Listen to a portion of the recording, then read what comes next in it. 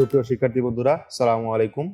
আমরা আলোচনা করছিলাম সিরিজ বা ধারা নিয়ে। তো এর ভিতরে যে চ্যাপ্টার 13.1 যেটি সম্পূর্ণরূপে সমান্তর ধারা নিয়ে, তো সেই অধ্যায়টি আমরা গত লেকচারে শেষ করেছিলাম। গত লেকচারটি কম্পারেটিভলি অনেক বড় ছিল, প্রায় 40 মিনিটের মতো ছিল। তো আশা করি তোমরা সবাই সেই লেকচারটি দেখেছো এবং সেই লেকচারটি দেখার পরেই এই লেকচারটি তোমরা দেখতেছো।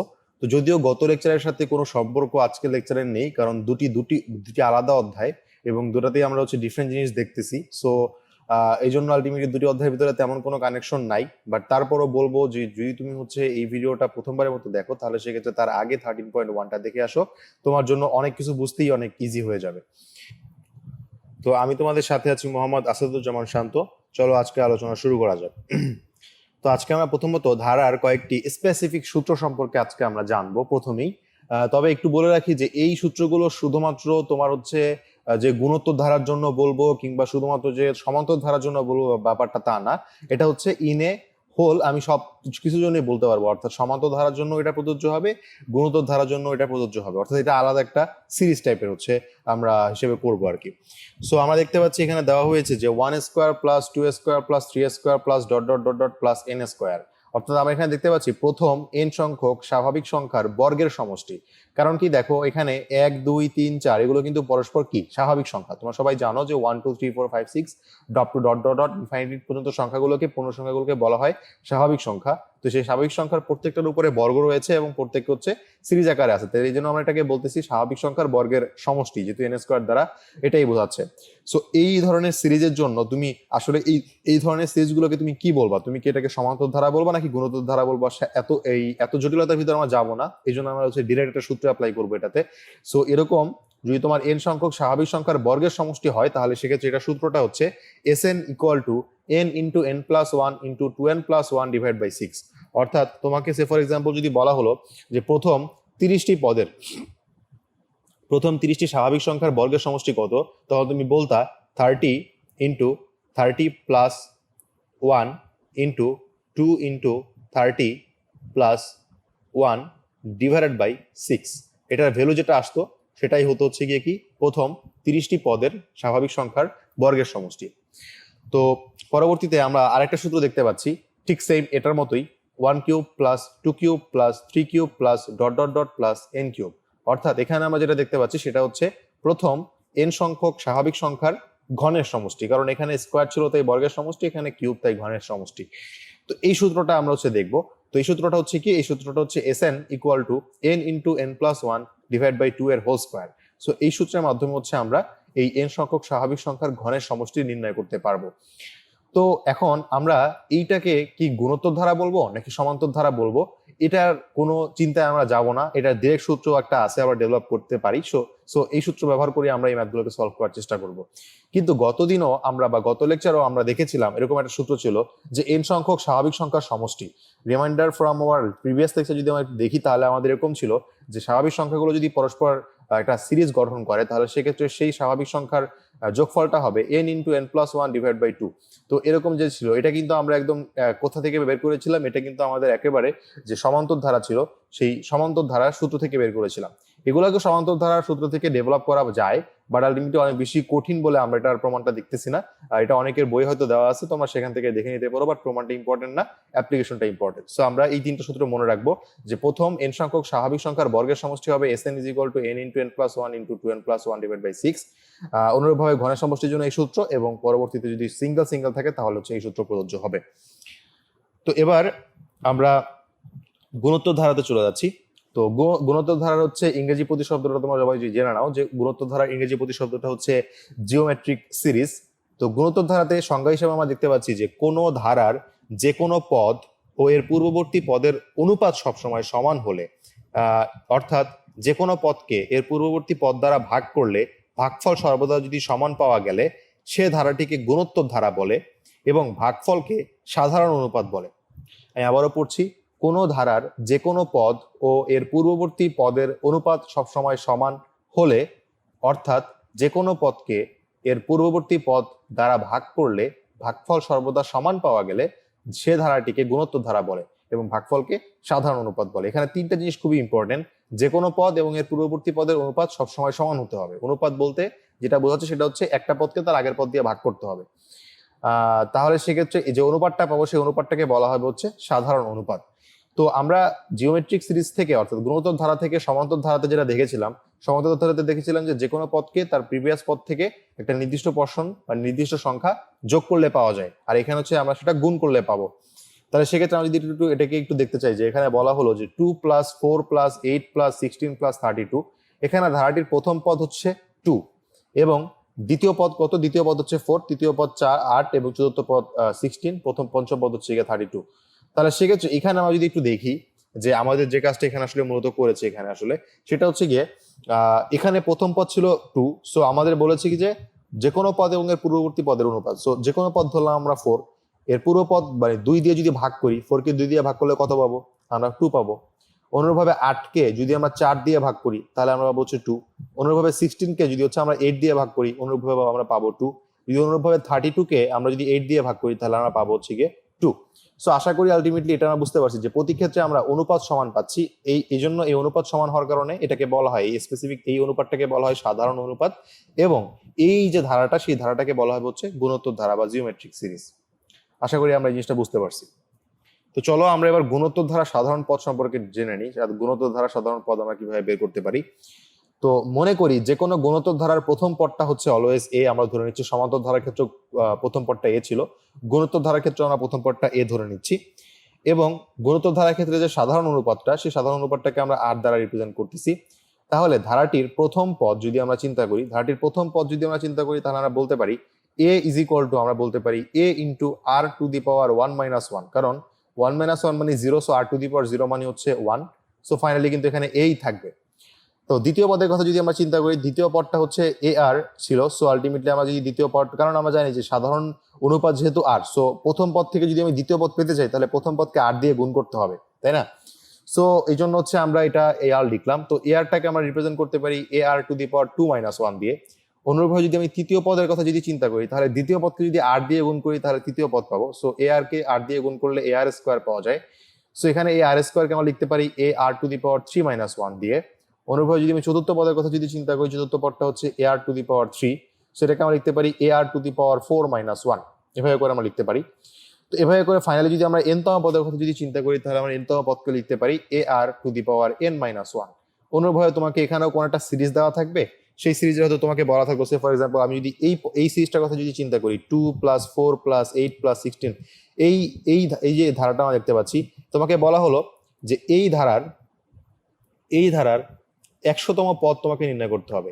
100তম পদ কত তোমাকে নির্ণয় করতে বললো, তখন তুমি কি করবা?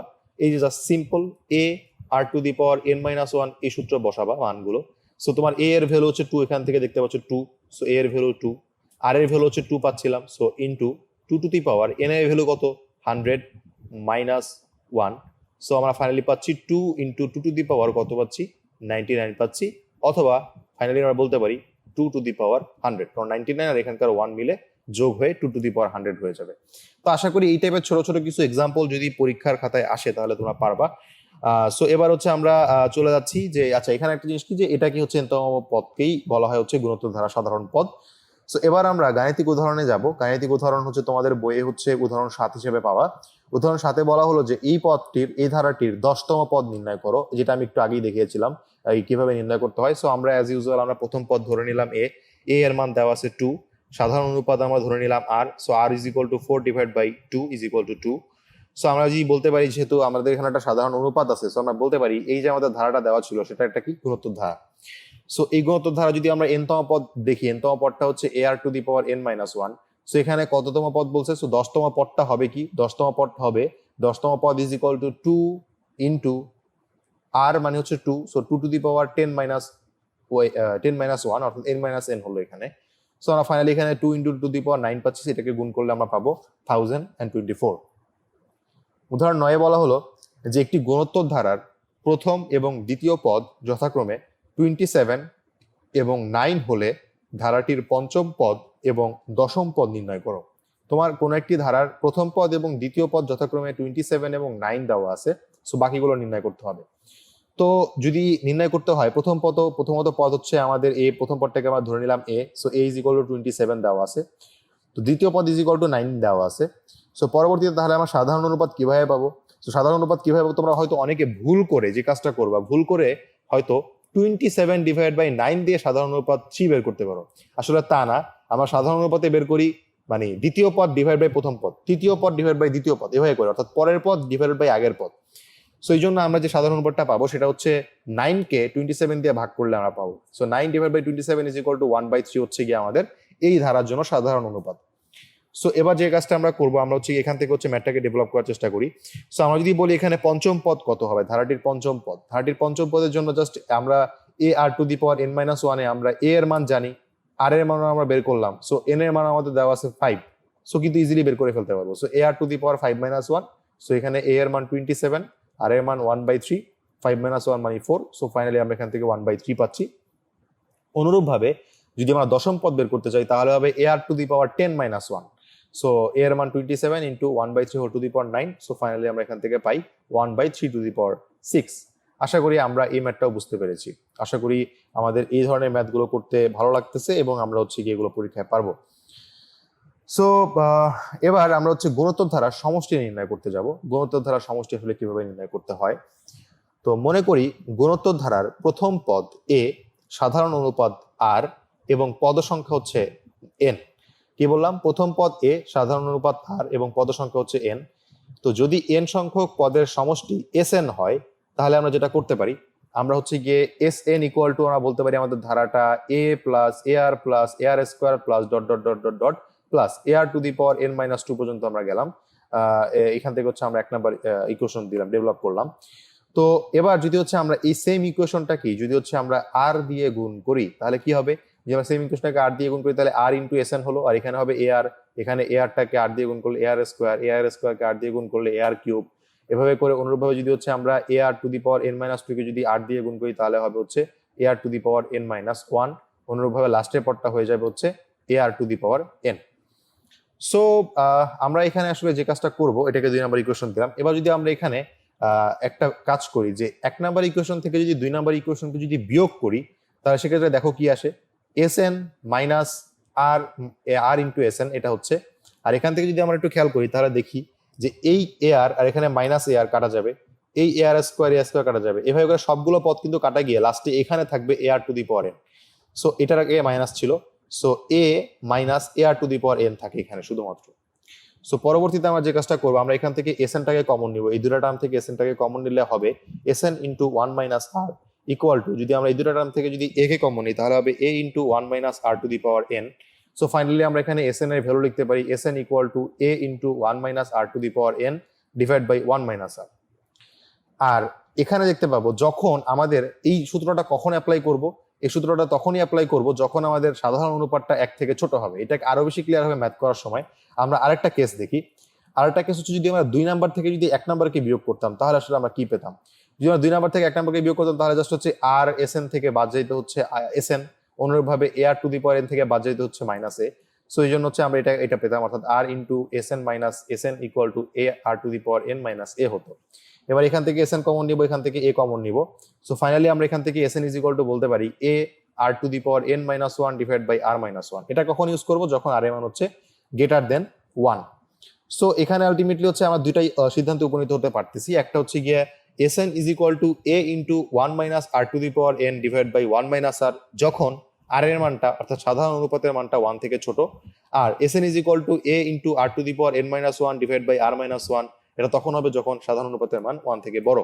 যেমন আমরা যদি একটু আগে যে ম্যাথটা দেখেছিলাম যে সেখানে ফার্স্ট পদ ছিল 27, তার পরবর্তী পদ ছিল 9, তার পরবর্তী পদে হয়ে কিছু একটা ছিল, তাহলে এই পদের ক্ষেত্রে আমরা যদি সাধারণ অনুপাত চিন্তা করি, সাধারণ অনুপাত আর ইজ ইকুয়াল টু ছিল 9 ডিভাইড বাই 27, সো আমরা পাচ্ছিলাম 1 ডিভাইড বাই 3। সো তুমি স্পষ্ট বুঝতে পারতেছো যে 1 ডিভাইড বাই 3টা অবশ্যই 1 এর থেকে ছোট। যদি এটা 1 এর থেকে ছোট হয় তাহলে সেক্ষেত্রে কোন সূত্র অ্যাপ্লাই করতে হবে? অবশ্যই আমাদের এই এস এন সূত্রটা অ্যাপ্লাই করতে হবে, কারণ এখানে দেখতে পাচ্ছি আমরা আর এর মানটা 1 থেকে ছোট নির্দেশ করতেছে। এবং একই সাথে এখান থেকেও তোমরা বুঝতে পারো, কারণ যদি কোনো কারণে তোমার এখানে আলটিমেটলি এস এর থেকে যদি আর এর মানটা যদি 1/3 থেকে যদি ছোট না হয়, যদি ছোট হয়, তাহলে সেক্ষেত্রে আমরা যদি এখানে আর এর মান যদি এখানে আর এর মান বসাইলাম আর এখানে আর এর মান বসাইলাম, তাহলে দেখো এখানে কিন্তু একটা নেগেটিভ ভ্যালু আসবে আর এখানেও তোমার কিন্তু একটা নেগেটিভ ভ্যালুই আসবে। সো আলটিমেটলি এখানে কিন্তু নেগেটিভ ভ্যালু আসবে, বাট এখানে কিন্তু পজিটিভ ভ্যালু হবে। সো এই জন্য হচ্ছে আমরা এই জন্য এখানে কি করি, আমরা এসএনটাকে হচ্ছে গিয়ে এই যদি আর এর মান যদি ছোট হয় তাহলে এই সূত্র অ্যাপ্লাই করি, অর্থাৎ 1 মাইনাস আর করি, আর যদি আর এর মান যদি 1 থেকে বড় হয় তাহলে আর মাইনাস 1 এর সূত্রটা অ্যাপ্লাই করি। আশা করি এই খুঁটিনাটি বিষয়গুলো তোমরা ধরতে পারছো এবং এগুলো অ্যাপ্লাই করতে পারবা, এবং এগুলো খুবই সহজ, পেঁচানোর মতো কিছু নাই আসলে।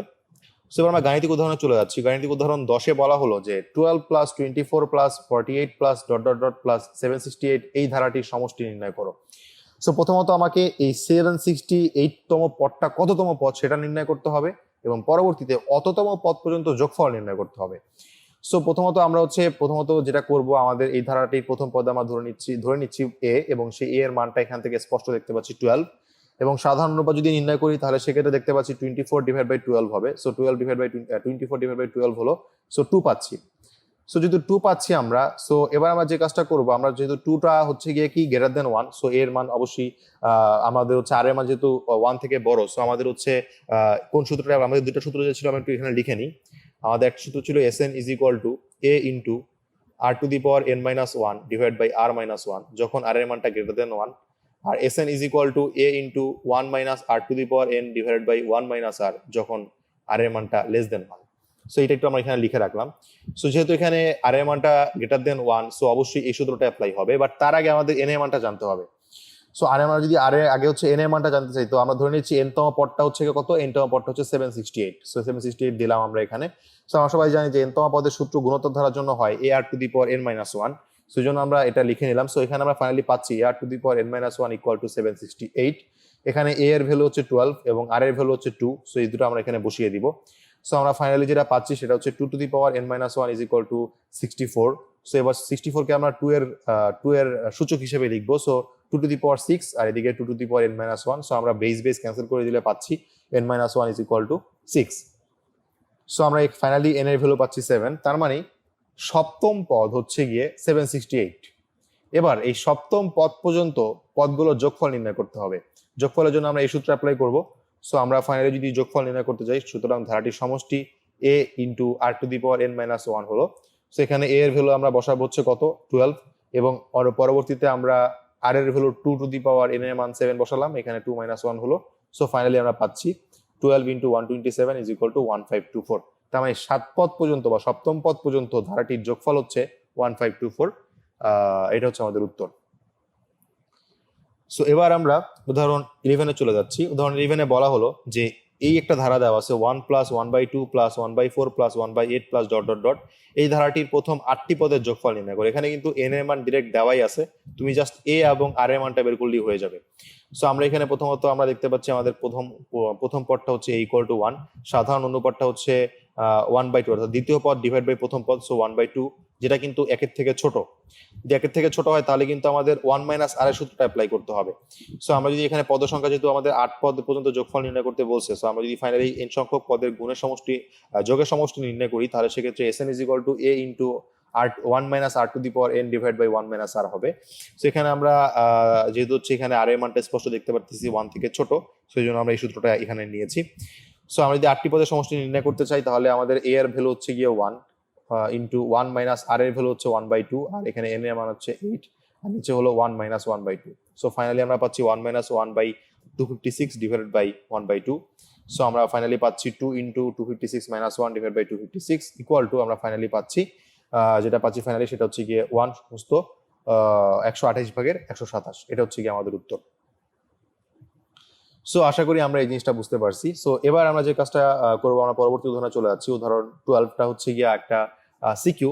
সো এই সিকিউটা আশা করি আমরা সলভ করতে পারবো।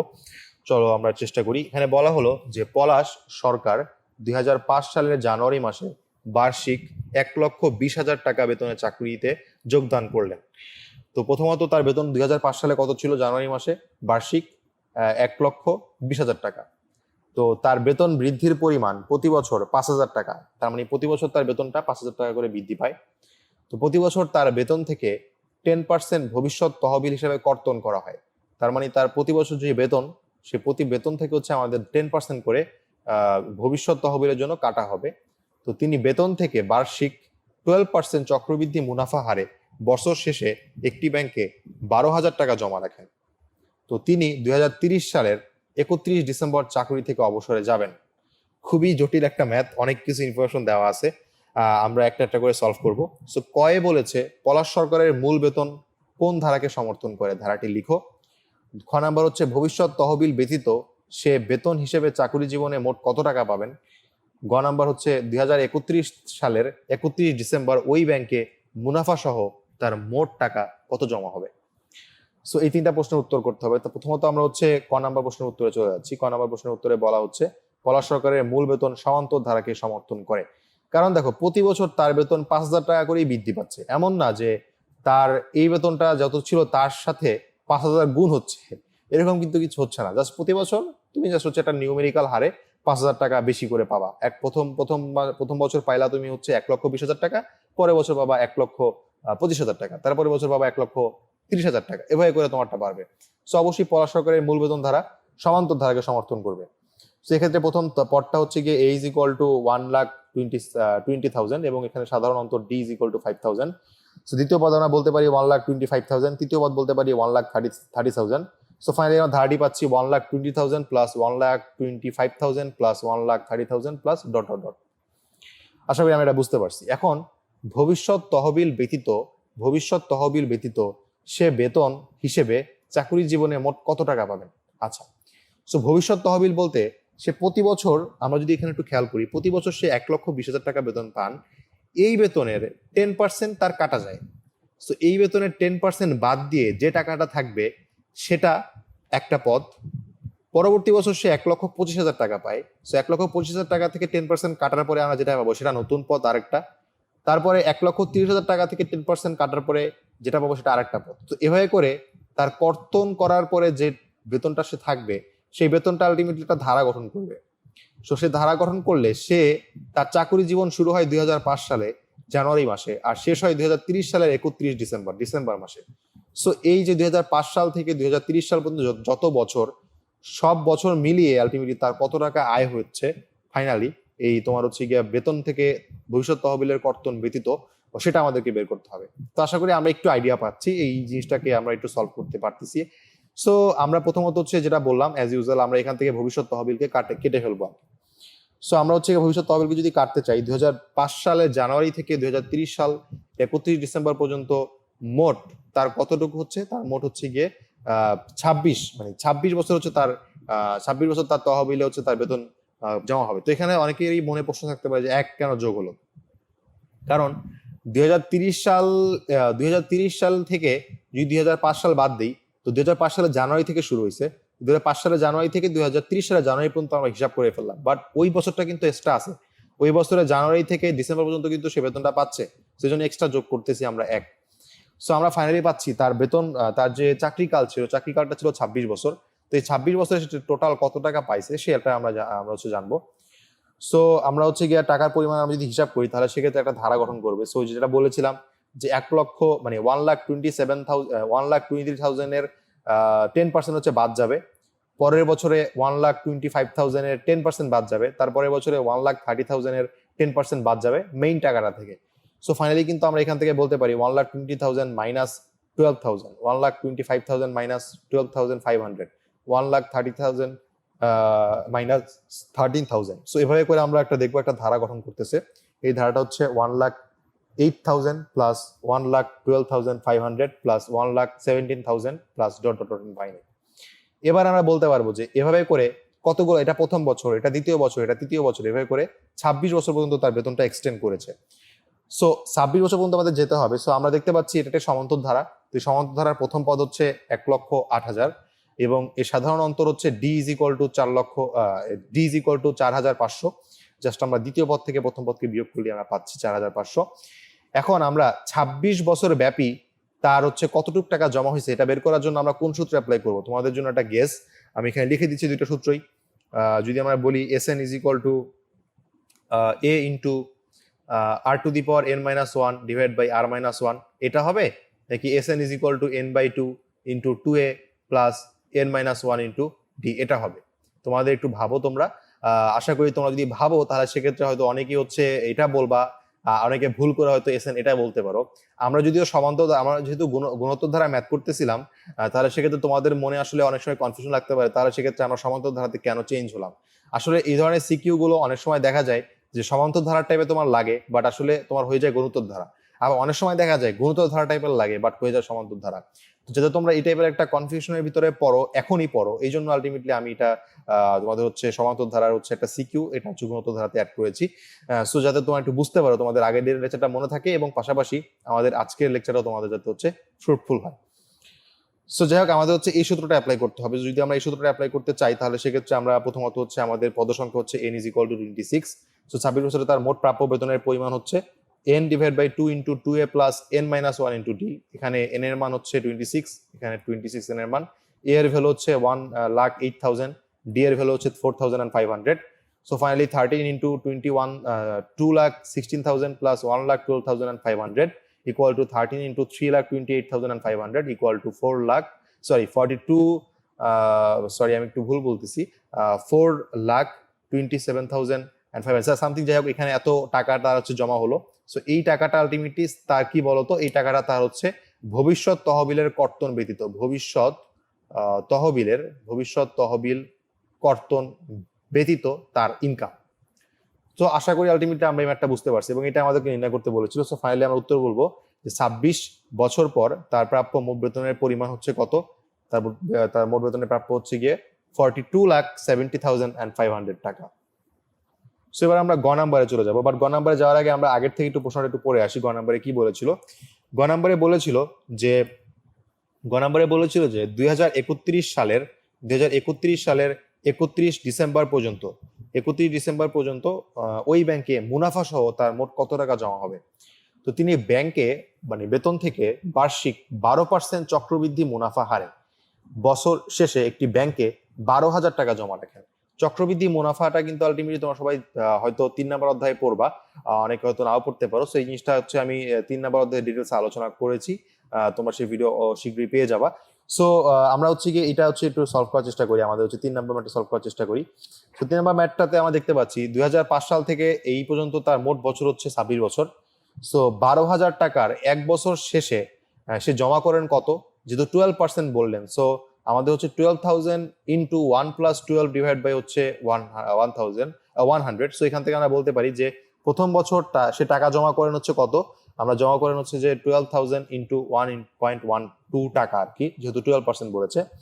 সো 12,000 টাকা 2 বছর শেষে কত হবে, 12,000 টাকা 2 বছর শেষে হবে হচ্ছে, যেহেতু চক্রবৃদ্ধি হারে বাড়তেছে, সো এইটার স্কোয়ার হচ্ছে, এটার স্কোয়ার হয়ে যাচ্ছে এখানে। সো 12,000 × 1.12 এর স্কোয়ার টাকা। যদি আমরা 3 বছর শেষে যদি চিন্তা করি, তাহলে সেক্ষেত্রে 12,000 × 1.12 এর হোল কিউব এত টাকা।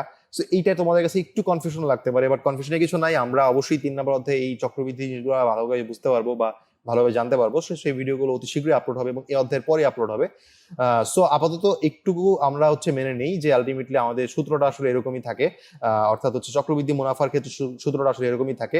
সো সেক্ষেত্রে 12,000 টাকার 3 বছর 12,000 টাকা সে হচ্ছে 3 বছর হচ্ছে জমা করবে হচ্ছে এরকম টাকা। সো পরবর্তীতে যদি হচ্ছে আমরা একটু দেখি যে 26 বছরে তার মোট জমাকৃত টাকাটা হচ্ছে এরকম হচ্ছে 12,000 × 1.12 প্লাস 12,000 × 1.12 এর স্কোয়ার প্লাস ... 26তম পদ পর্যন্ত বা 26তম পদ পর্যন্ত যাচ্ছে এখানে, যেহেতু তার 26 বছর পর্যন্ত হচ্ছে।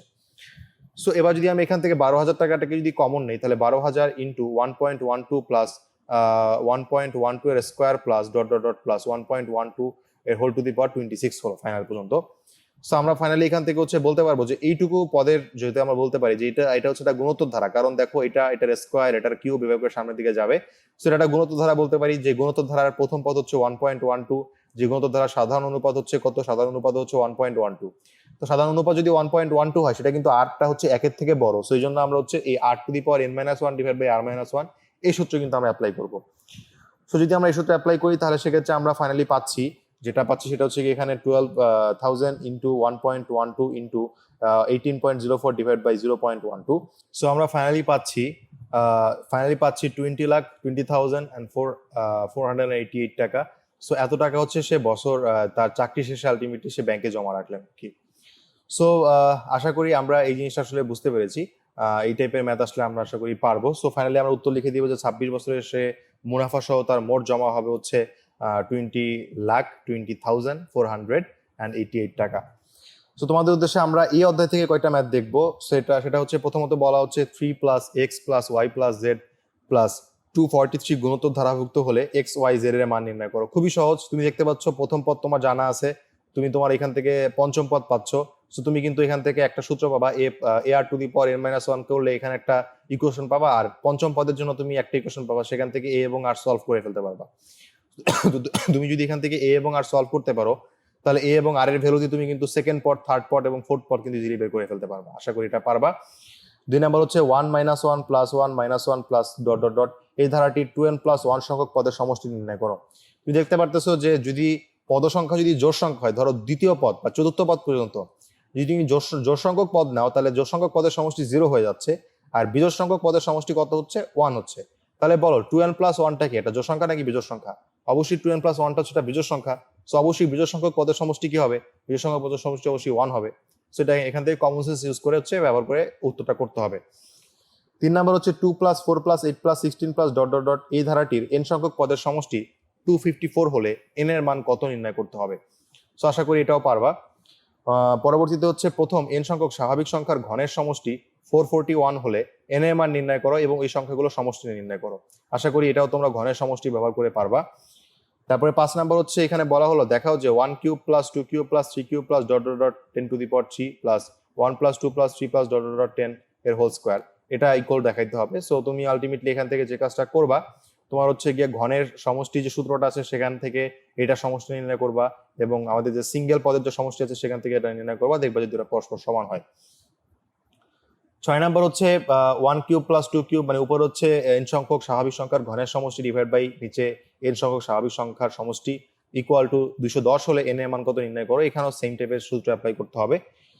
6 নাম্বার হচ্ছে 1 মিটার দৈর্ঘ্য বিশিষ্ট একটি লৌহদণ্ডকে 10টি টুকরায় বিভক্ত করা হলো, যাতে টুকরাগুলো দৈর্ঘ্য গুণোত্তর দ্বারা গঠন করে। যদি বৃহত্তম টুকরাটি ক্ষুদ্রতম টুকরার চেয়ে 10 গুণ হয়, তবে ক্ষুদ্রতম টুকরাটির দৈর্ঘ্যের আসন্ন মান মিলিমিটারে নির্ণয় করে। এটা হয়তো তোমাদের কাছে একটু কঠিন হতে পারে, আমি একটু সহজ করে দিচ্ছি। এটা জাস্ট কিছুই না, যেহেতু বলা আছে এখানে একটা সম্পর্ক দেওয়া আছে, যদি বৃহত্তম টুকরাটি ক্ষুদ্রতম টুকরা 10 গুণ, সো ক্ষুদ্রতম টুকরাটাকে তুমি এক্স ধরো, so x plus something dot dot dot, আর লাস্টের পরটা হবে হচ্ছে 10x। সো এই তো তুমি মাঝখানে সবই জানো যে এই পুরোটার সমষ্টি কত হবে। এই পুরোটার সমষ্টি হবে গিয়ে 1 মিটার।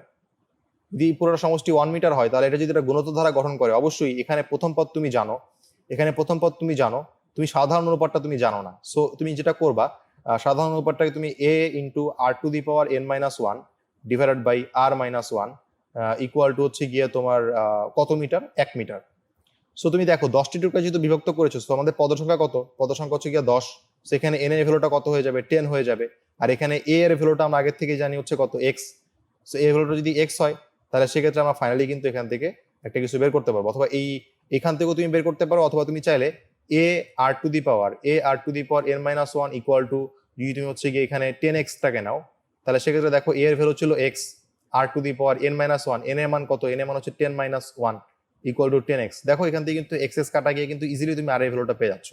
সো এখান থেকে পরবর্তীতে তুমি হচ্ছে গিয়ে আর এই ভ্যালুটা যদি পেয়ে যাও, তাহলে সেক্ষেত্রে যেটা করছে যে ক্ষুদ্রতম টুকরাটির দৈর্ঘ্যের মান, অর্থাৎ সেক্ষেত্রে তুমি হচ্ছে প্রথম টুকরাটির দৈর্ঘ্য ছিল হচ্ছে এক্স এর সমান। সো ওখান থেকে তুমি কিন্তু চাইলে হচ্ছে এক্স এর ভ্যালুটা বের করতে পারো, আর এই ভ্যালুটা বের করতে সবকিছু তুমি কিন্তু বের করে ফেলতে পারো ফাইনালি। সো আশা করি আমরা এভাবে করলে জিনিসগুলো সলভ হয়ে যাবে। তো আমরা এই ম্যাথগুলো বাসায় প্র্যাকটিস করব, এবং এটাই ছিল হচ্ছে তোমাদের হচ্ছে সর্বশেষ ক্লাস সিরিজের উপরে। এবং হচ্ছে গিয়ে সিরিজটা হচ্ছে খুবই সহজ টপিক, এবং এই অধ্যায় এই থেকে অবশ্যই প্রশ্ন আসে এবং খুব সহজ ধরনের প্রশ্ন আসে। সো এই জন্য আমরা চেষ্টা করবো অবশ্যই এই অধ্যায়গুলো থেকে উত্তর করার। তো পরবর্তীতে তৃতীয় অধ্যায়ে সম্ভবত তোমাদের সাথে আমার আবার দেখা হবে। তো সেই ভিডিও দেখার আমন্ত্রণ জানিয়ে আমি এখানে বিদায় নিচ্ছি। ধন্যবাদ সবাইকে।